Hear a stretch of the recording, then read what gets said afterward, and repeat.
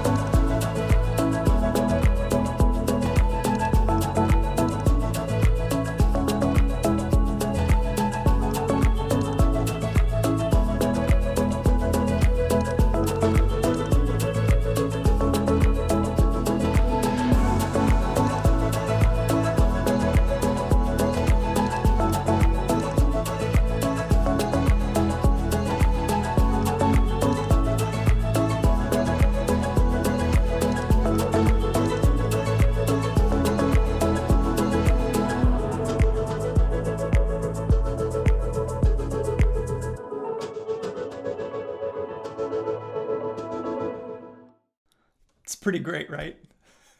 Makes me so happy. On this most recent visit, I sat down with some new friends over dinner who asked me why I keep visiting the same place over and over again. It's an answer that's hard to put into words because it's a feeling you get just as much as it is an experience that you have. Stepping off that boat and onto the island, it feels like a step back into time, to simpler times. There's limited access to the outside world and even fewer distractions to keep you from enjoying the beauty around you and the good people you're sharing it with. But this is something that I noticed on my return to Monhegan after the pandemic kept me away. Taking the time to pause and to settle into a remote place like this gives you the chance to connect in more meaningful ways, to see how the patterns of weather affect the land, or to witness how the people adapt to our unique needs, to pick up on the customs and the traditions that are specific to that place. But you can't see it without first pausing to notice. On this trip, I had the chance to witness a custom unique to this island. Now, often when an islander departs for the season, their remaining friends jump in the water off the pier as a farewell to their shorebound friend.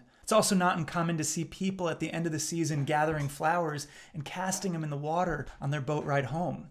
I don't know, maybe it's an offering of gratitude. But whatever it is, it's just really beautiful. And that is just one reason why, for me, the investment of travel is worth every penny. It helps me to live my life with eyes wide open and bring more value to the people that I serve in my work. Thank you for taking the time to explore with me today. If there is anything in here that you enjoyed or found value in, I'd appreciate it if you followed the channel for more tips and tricks in all things travel and hosting.